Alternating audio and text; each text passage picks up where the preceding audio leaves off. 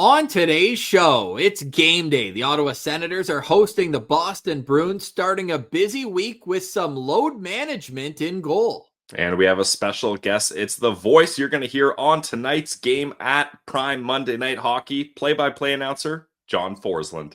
This is Brady Tkachuk, and you're listening to the Locked On Senators podcast.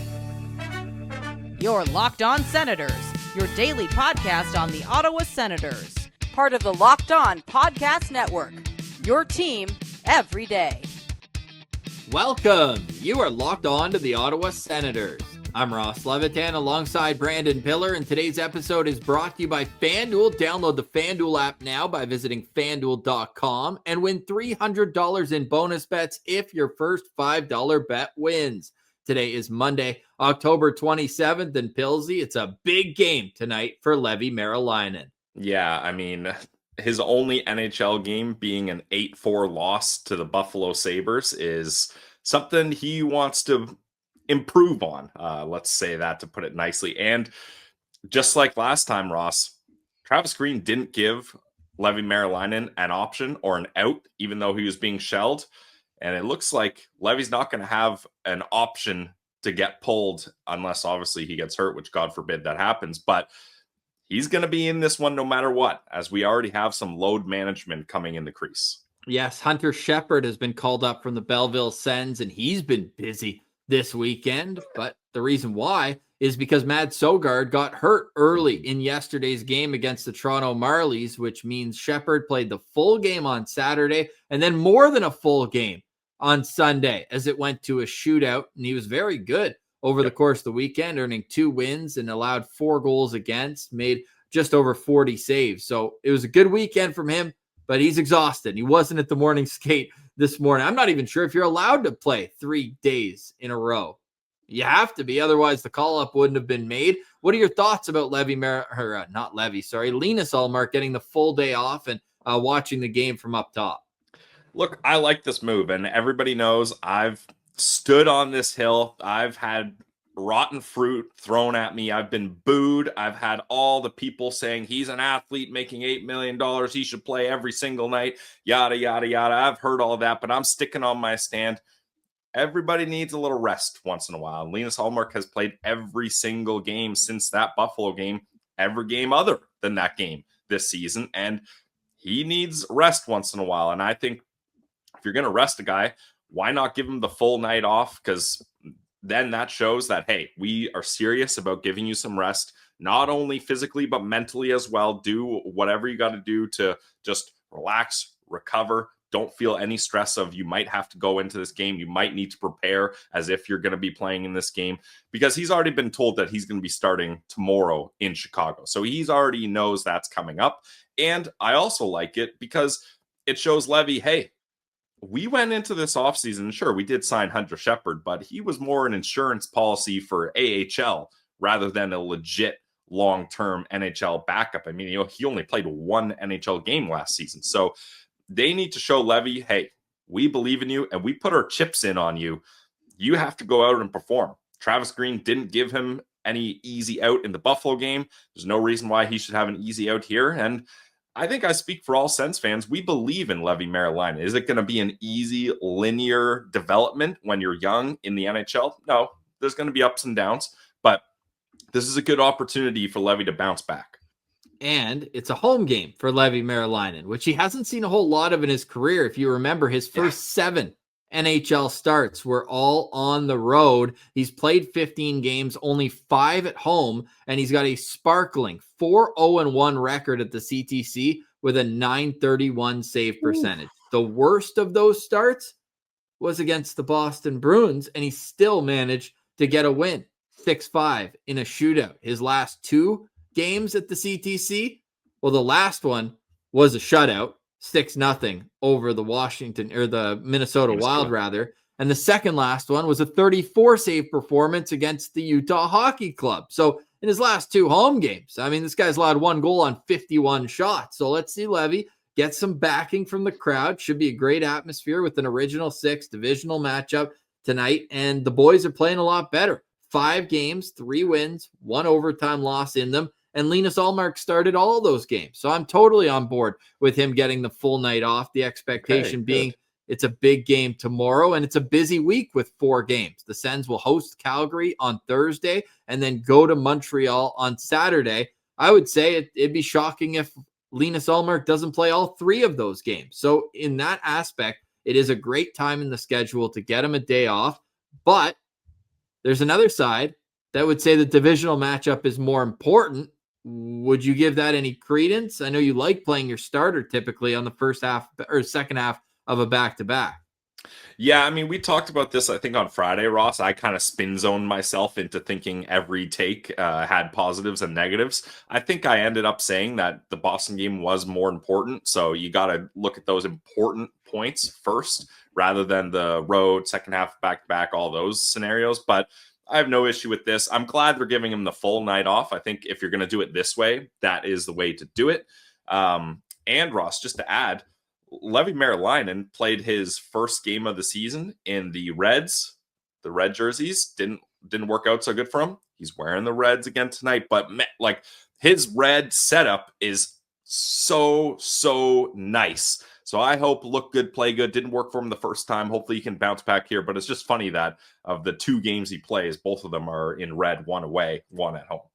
The Atlantic Division is a gauntlet this year. And we mentioned on the postcast Saturday night that every point possible went to the Atlantic Division.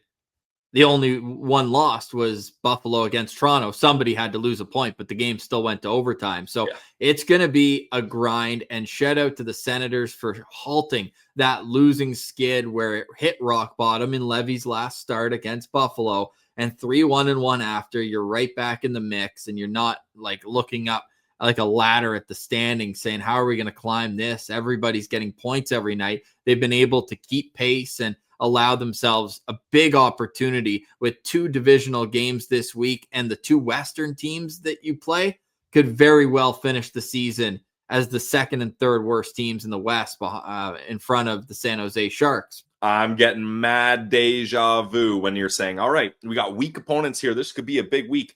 Remember the last time we did that? It was Nashville, Buffalo, Seattle, and the New York Islanders. And we said, hey, they're going to win, or they should win 3 of 4 of these.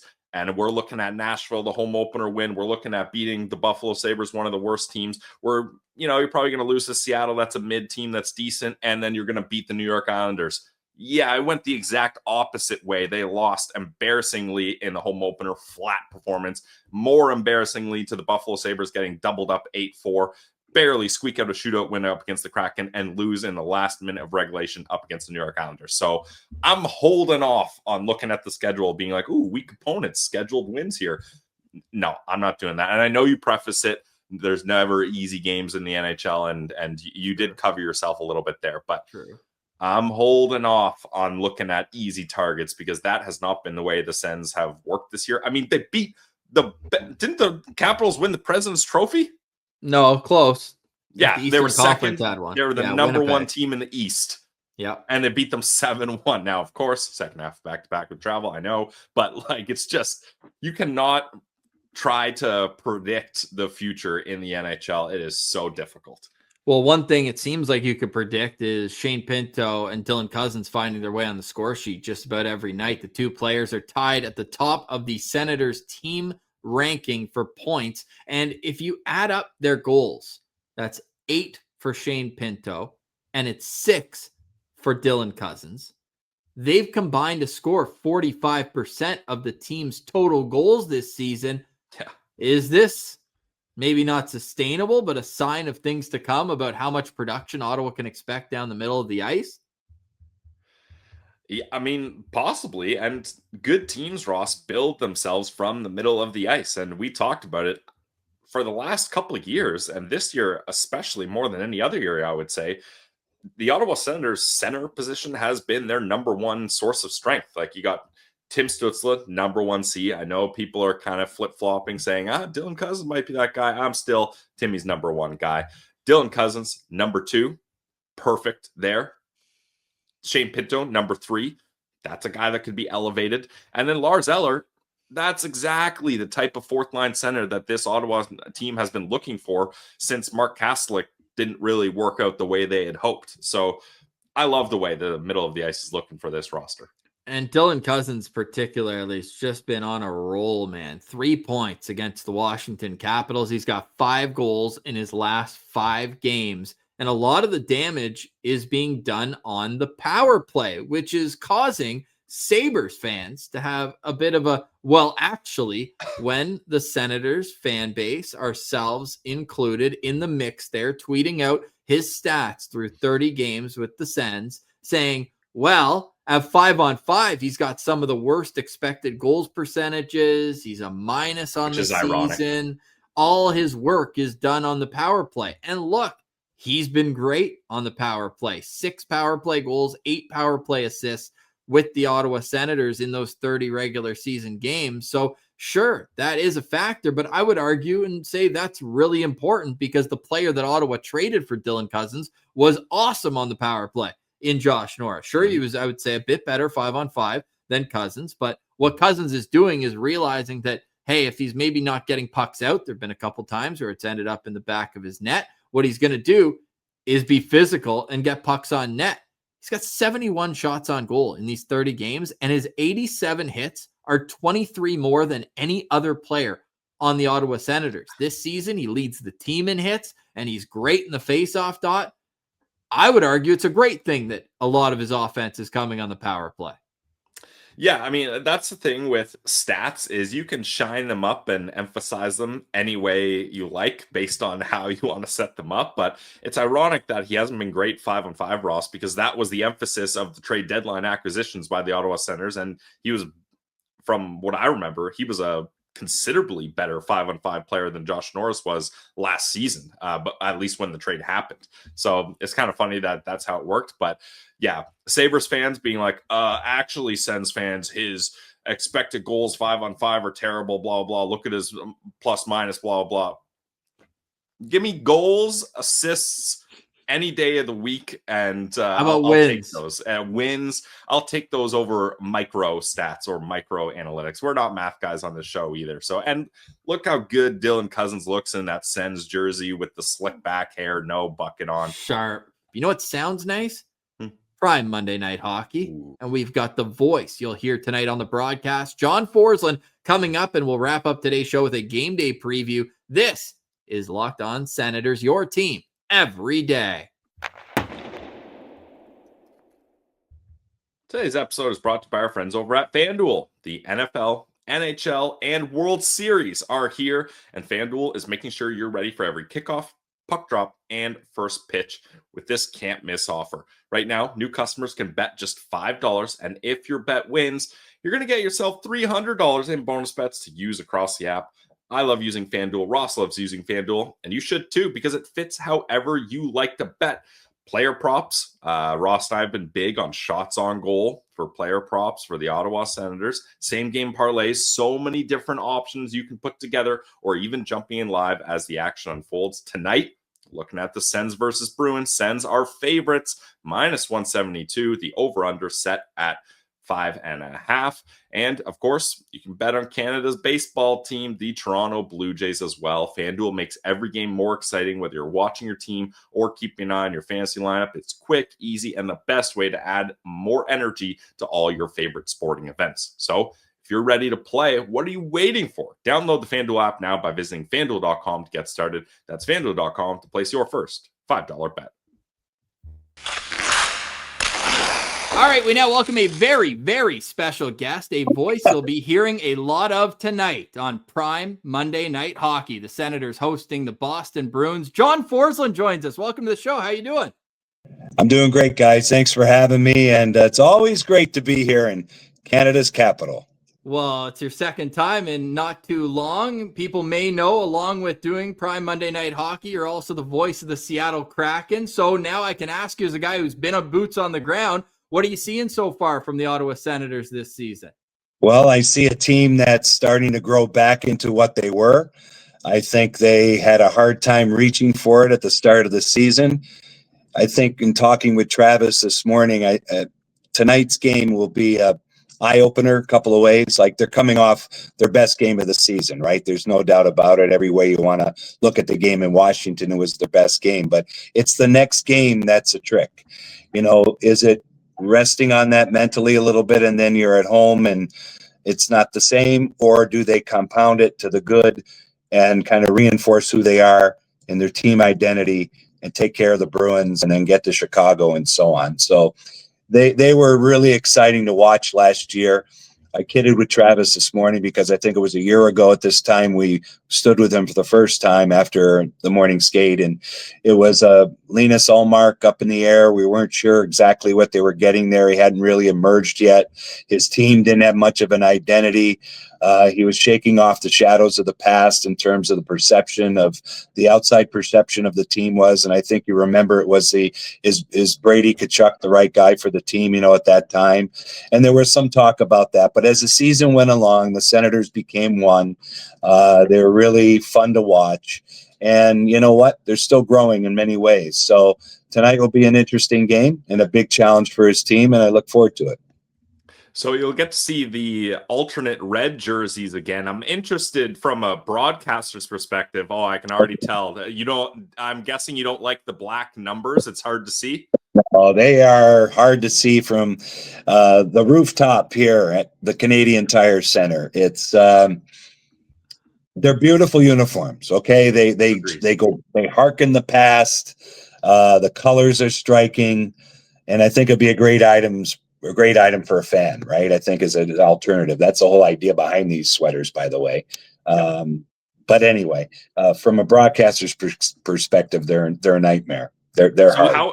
What would you change on the numbers to make it better? Like what in your opinion makes the number pop better? The piping needs to be a little bit different so they stand out. The rounded numerals, I'm a big fan of the block numerals. The rounded numerals are never easy. We had them in Carolina for years. They still do. A 26 can look like a 28.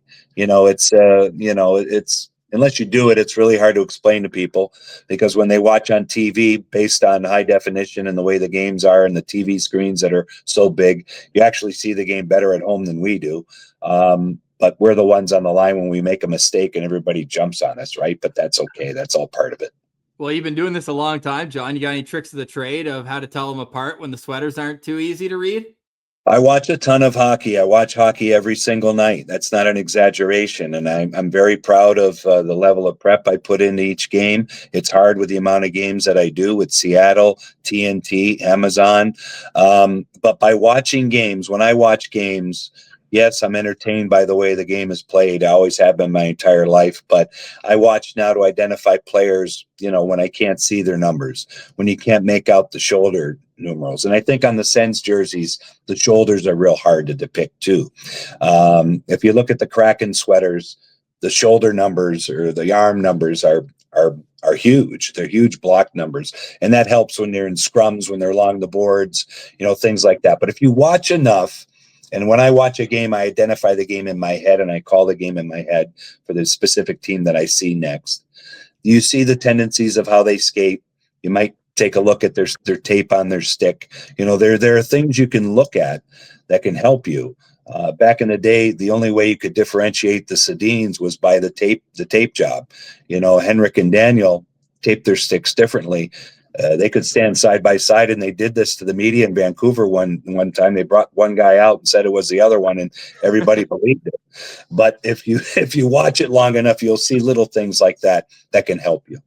Oh, that's awesome. I want to build on something you mentioned there, how you're working with TNT on the national side in the States and up here in Canada, where Prime Monday Night Hockey, exclusive Canadian audience. We know that there's times where it's an all-Canadian matchup. Ottawa had Calgary last year on a Monday night game, but tonight it's a Canadian team against the Boston Bruins. Does your prep change at all because you're broadcasting Canadians, whether they're playing a U.S. or Canadian team?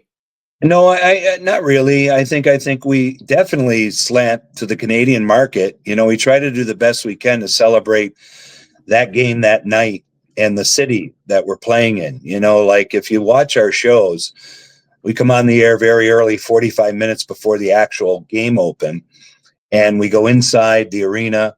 and we have what's called home ice access, and we tell some stories, and there's some set segments within the structure of it. But basically, it's to give you a feel for what the city looks like that night, the vibrance in and outside the arena, the concourses, the fans, how they're presenting themselves that night, and then of course the game. But we said from day one that we had to do a couple things. We had to celebrate the game for what it is, and you can't bluff your way through a game with a Canadian fan, because they know they're on it. They love their teams. They love the game. And I think they appreciate, even though they'll never admit it, the other side too. I'm not sure they'll appreciate the Boston Bruins much tonight, but I think hockey fans in general, especially in the Canadian markets, love a great game and respect great plays and great goaltending. And that's what it's all about. And that's the beauty about what we do. Yeah, we have some ideas of what we're bringing to the table tonight, and guests we're going to have that are specific to the Senators. We're going to have Brady Tkachuk on tonight, which should be a lot of fun. Steve Staios is going to join us, which is great. We get insight from the top. I hope the fans appreciate this, and I hope they appreciate the way the games look.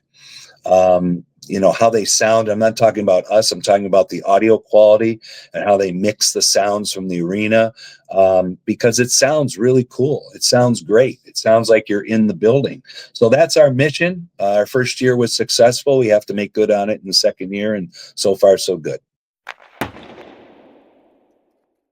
Today's episode is also brought to you by our friends over at Game Time. Hockey season is officially here, and nothing beats being in the arena for those opening games. But let's be real, guys. Getting tickets can be a total headache sometimes. Between waiting in queues, surprise fees, and prices that jump right before checkout, it's easy to get frustrated when all you want to do is cheer on your favorite team.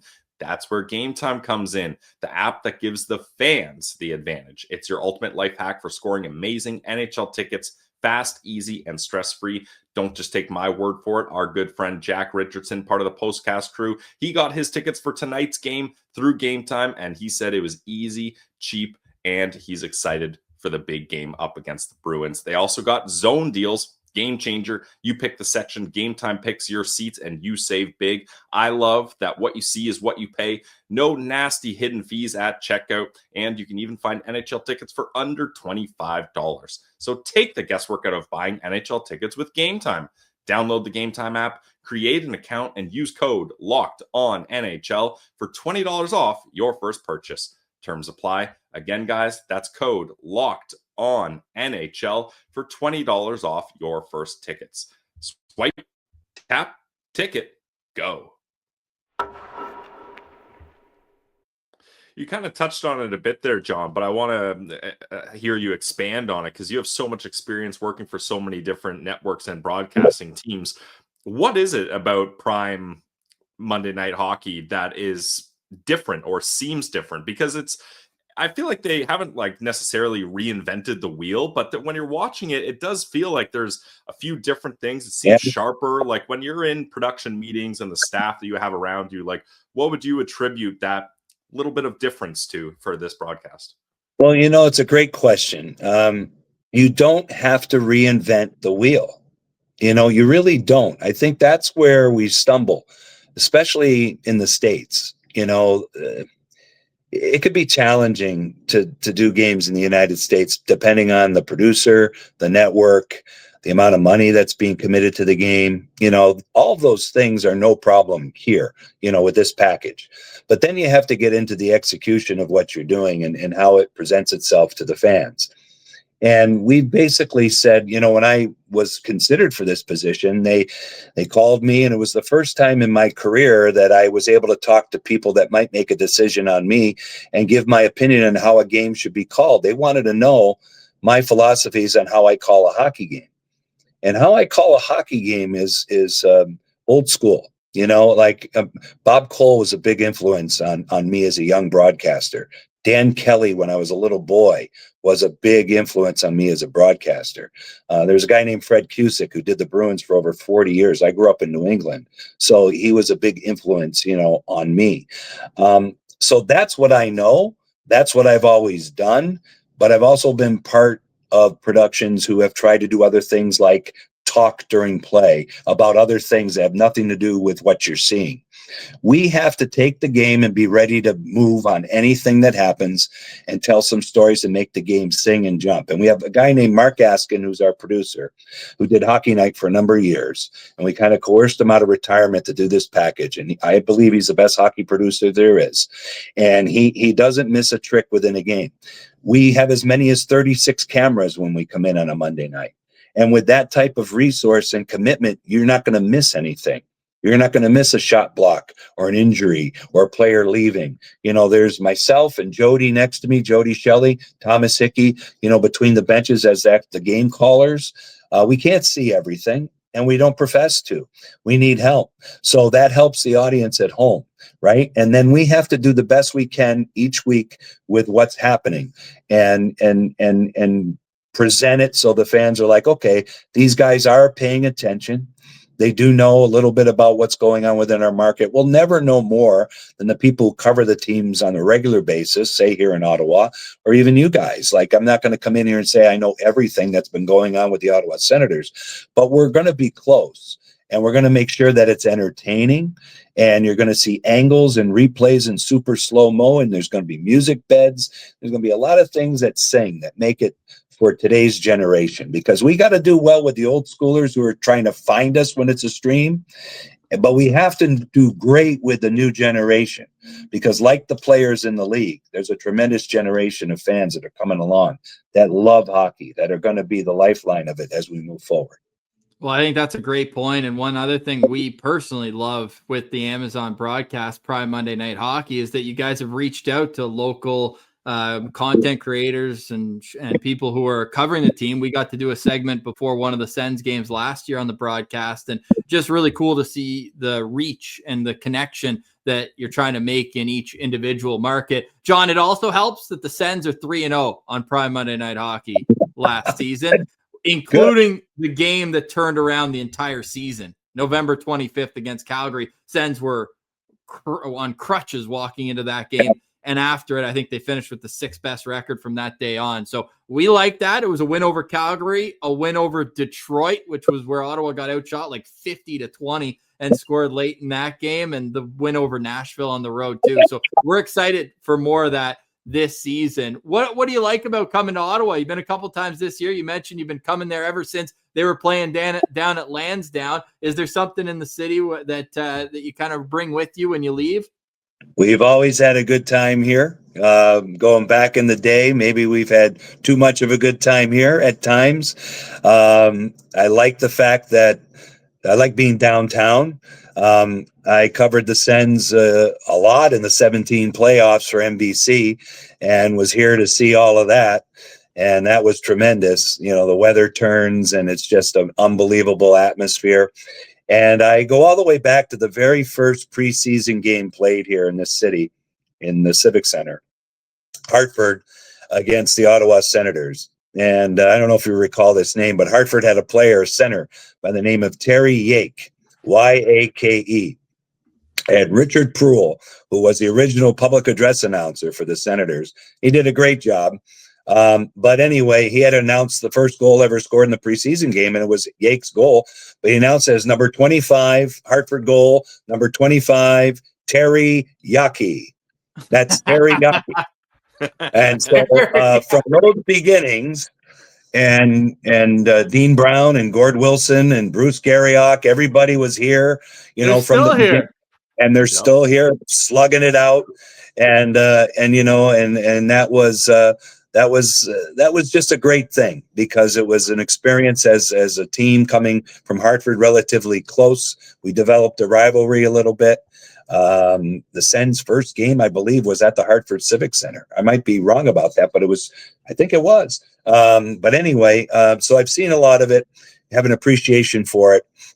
And I think I know, what exists here. There's the fans of the Senators. There's the dreaded Canadians fans that are in this market. You got to deal with all that. I understand the whole thing, but I love coming here. I really do, always have. That's awesome. Well, we really look forward when you come here. It means we get to hear you on the broadcast. You do a fantastic job, John. And before I let you go, I can't leave without asking that 2017 playoff, some of the best memories a lot of this generation of Sens fans have. Did you call that Pajot 4-goal game then against the Rangers? I did. That was an afternoon game, was it not? Yeah, Saturday. and it was back and forth. Ottawa was down too late. Yep, Zibanejad had a big game too. That was a Saturday afternoon. That's that's a highlight for me. Joe Micheletti and I did that game for NBC, and it was unbelievable. But Erik Karlsson, as you recall, that spring. I don't know. I mean, you could argue this point. You'll never get a winner on it, but a single individual playoff year performance. Try finding a better one than Erik Karlsson's in 2017. That was amazing. When you bring in the injury too, that he was still working his way back from, and I think he got a Conn Smythe vote and didn't even make the Stanley Cup final that year. He got one Conn Smythe vote. That's right. But he was carrying everything on his shoulders. The injury, I still think it had an effect on what's happened afterwards, for him. But, the tireless minutes in the 30s every game, the shot blocks, the just possessing the puck, a one-man possession game. I mean, absolutely incredible. He's an incredible athlete, always has been. Final question for me, John. With Brady Tkachuk not in this lineup, what's kind of a storyline or what's something that you're going to be focusing on for this Ottawa Senators team tonight against the Bruins? Well, it's how they're navigating through this without him, right? Like obviously it's a positional need with him out in the top six, who jumps in. And for now, Nick Cozens has jumped up on the top line and had played very, very well in Washington, right? So, you look at that, and obviously that's the one thing, but also you take that DNA out of the room. And I know he's around the team, but he's not with the team. And so the spirit that Brady brings each and every game, you can't replace that. So I think in some ways, maybe the good news about all this is how do you get through? Well, you worry about your team game. You get down to basics. You're not going to have that igniter in the lineup. You're not going to have him scoring a big goal or throwing a hit or doing whatever, or chirping the other team, whatever he does. That's just part of his DNA. But you can play better as a team. And I think that's what Travis is trying to extract from the group right now is better team 5-on-5 play and, ride the coattails of Dylan Cozens, who's off to a great start. But he could improve a little bit defensively too. If you look at his metrics and how he plays the game, get more out of Stützle. Batherson's coming around. These are things that you can lean on. Of course, I love Sanderson. I watched his dad a lot in Hartford and have a soft spot for any Sanderson, especially Mrs. Sanderson, who's his mom's a wonderful, wonderful human being. But anyway, I've known them for a long time. So I like to watch Jake play. And then you let Linus, who's not playing tonight, which is interesting. He's not even dressing tonight. They're going to save him obviously for tomorrow in Chicago, but to see him, get to the level. And once Linus gets to a level, it's hard to beat. I mean, he's one of the best in the league, but it's getting him there. And, you got to kind of get through some muddy waters as we did about a year ago. We just didn't know. They didn't know what they were getting in Ullmark, really. You knew about his credentials with Boston and everything, but he was kind of slow to it. But he beats to a different drummer. There's no question. But he's a top flight goaltender. No doubt. Gotta love the goalies being a little off. Hey, lots of Hartford connections in the building tonight. Mark Gregg also played for the Hartford Whalers. Yeah, Mark Gregg was a first-round pick of the Hartford Whalers, and he was a highly touted right winger scoring out of the Western Hockey League. And we had him in Springfield when I worked in the American League. I worked with the Springfield Indians in the American League from 1984 to 91. And Jimmy Roberts, the old Montreal Canadiens legend, was the head coach.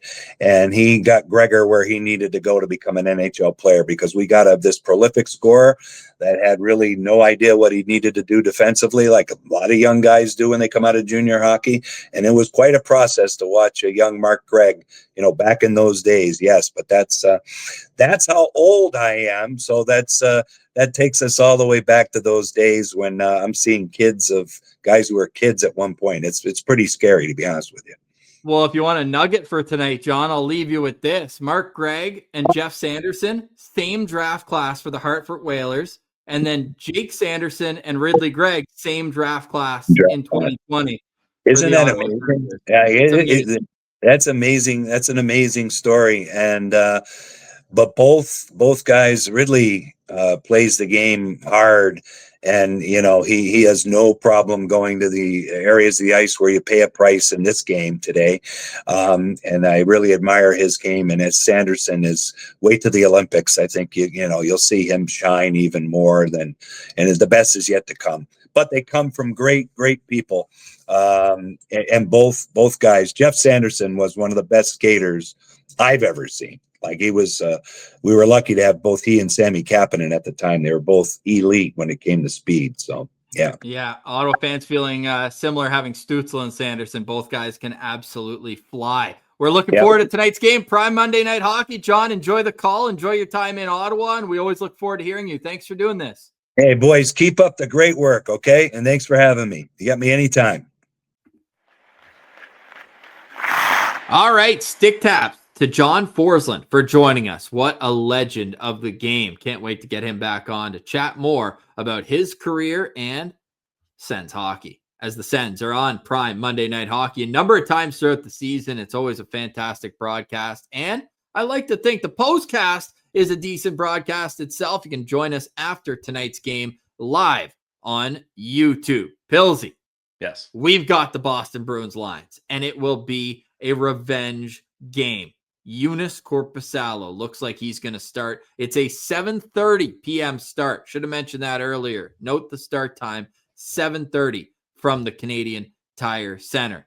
Your thoughts on going up against an old, I was going to say friend, but probably not. I certainly like it over Jeremy Swayman. If you were looking at how those two have done this year, Swayman 3-3 record, 285, 910, decent, solid.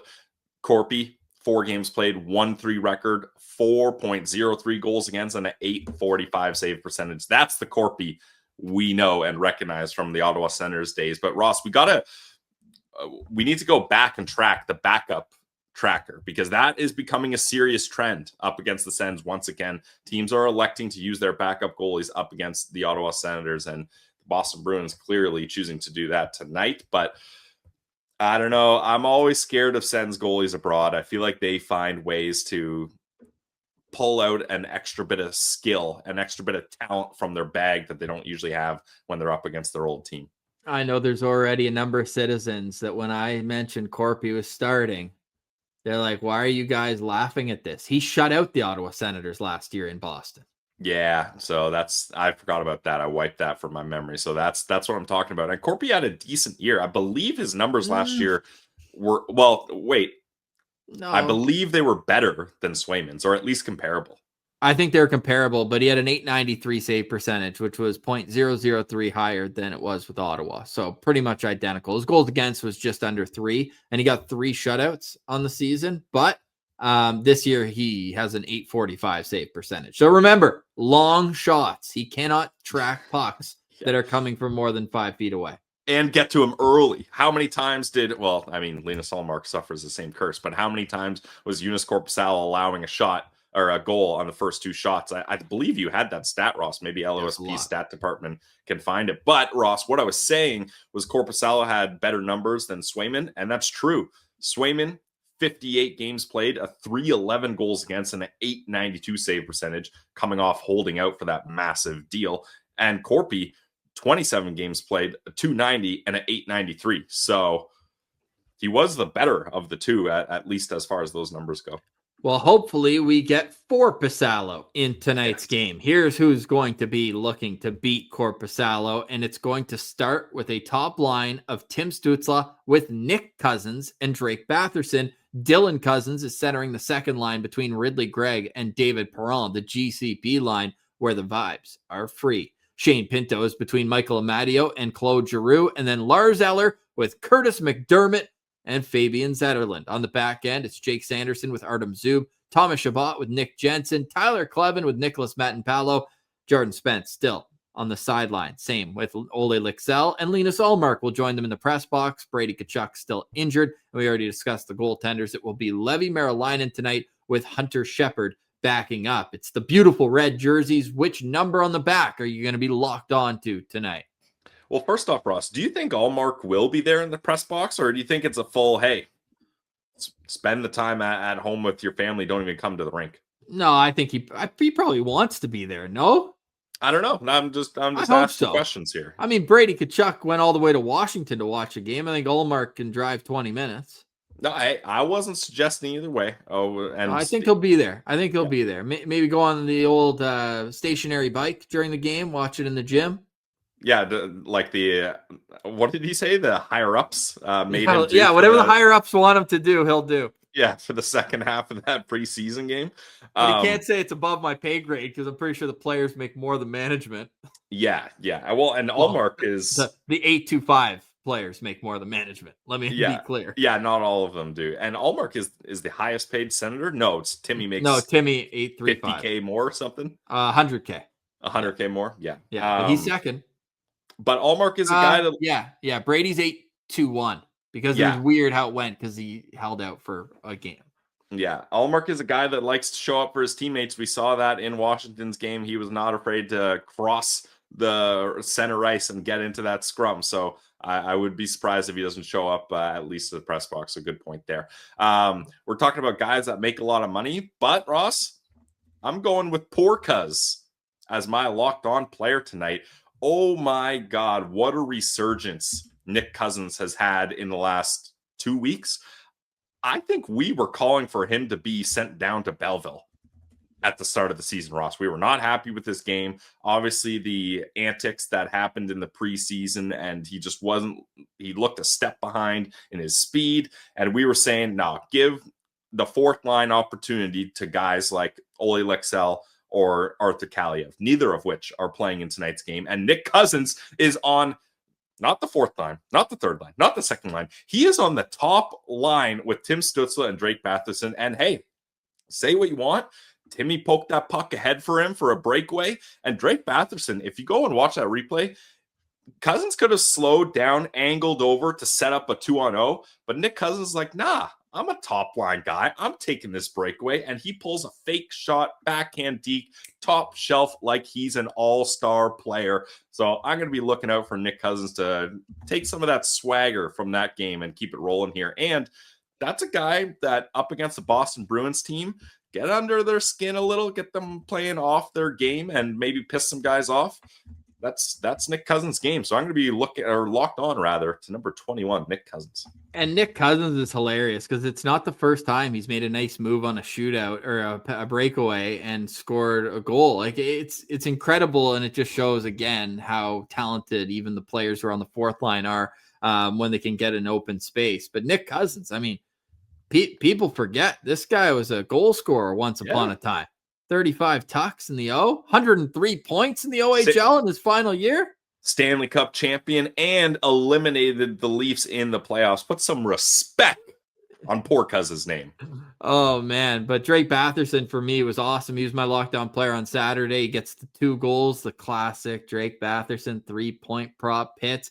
But my locked on player tonight is going to be Claude Giroux because I don't think we've given him enough flowers about his start so far this season. He's taken on a reduced role at 5-on-5, playing majority in that middle six rather than being locked in on a top line like he was for the majority of last season. He had 2 assists in the win on Washington. He's got 3 points in his last 2 games. He's sitting at 7 points on the season already while being a big part of the second power play unit that I thought at times has looked better than the top power play unit in the last couple of games. He's been winning a ton of his faceoffs. No surprise there at 67% on the season so far. So I'm hoping that he can continue giving Ottawa that extra layer of depth where when you're going up against teams that are lower than you in the totem pole, I don't even know if it's in the standings right now. We don't look at the standings too much this early on. They're 1 point up on Boston. Yep. But the Bruins have also played an extra game. But these are the teams where you should have more depth, and Giroux's a big time. My depth is better than your depth guy at this point in his career. So let's see him be that tonight.